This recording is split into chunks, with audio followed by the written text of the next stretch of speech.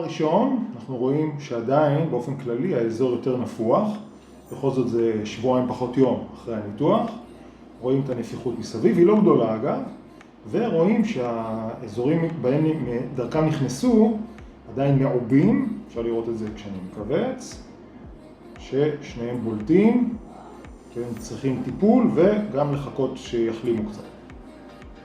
הטסט השני זה של טווח אקטיבי, אני יורד בישיבת כובסת, זה כבר מתחיל קצת ללחוץ, אבל עדיין הטווח די טוב, יש לחץ משמעותי פה, שום דבר בחלק הפנימי, מה שאומר שיש נפיחות שמפריעה לסוף הכיוון. איך זה לעשות 5 סקווטים על 2 רגליים?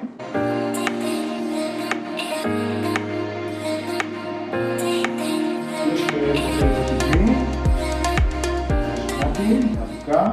הטסט הרביעי זה ניסיון לעשות סקווט על רגל אחת, מה שהיה קשה עם 2 רגליים, מאמין שיהיה די קשה על רגל אחת, יותר קשה.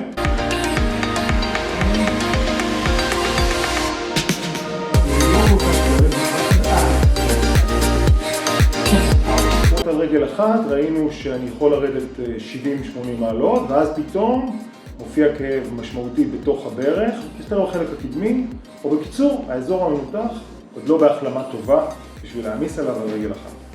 עכשיו, אחרי שבדקנו, ואנחנו רואים פחות או יותר שיש נפיחות, שהנפיחות מפריעה לכיפוף מלא, הנפיחות מפריעה לסקווטים על 2 רגליים, והיא מכאיבה למדי בסקווט על רגל אחת. זה אומר שצריך לעשות תרגילים ממותנים, לא לעשות עכשיו סקווטים כאילו זה בסדר. והדרך הכי טובה להוריד עומס זה ה-TRX. זה, שמיד נעשה עליו תרגיל. אוקיי, סידרתי את הרצועות של ה-TRX שהן קצרות, כדי שימשכו אותי למעלה. אני אפעיל הרבה כוח עם הידיים, ויורד בסקווט. עם טיפה כאב, לא יותר מטיפה. נצטט. 12. הסקווטים בפורמט הזה יותר מרוכזי 4 ראשי. ובמקרה הזה פחות כואב לי. אז אני בוחר לעשות את מה שפחות כואב לי.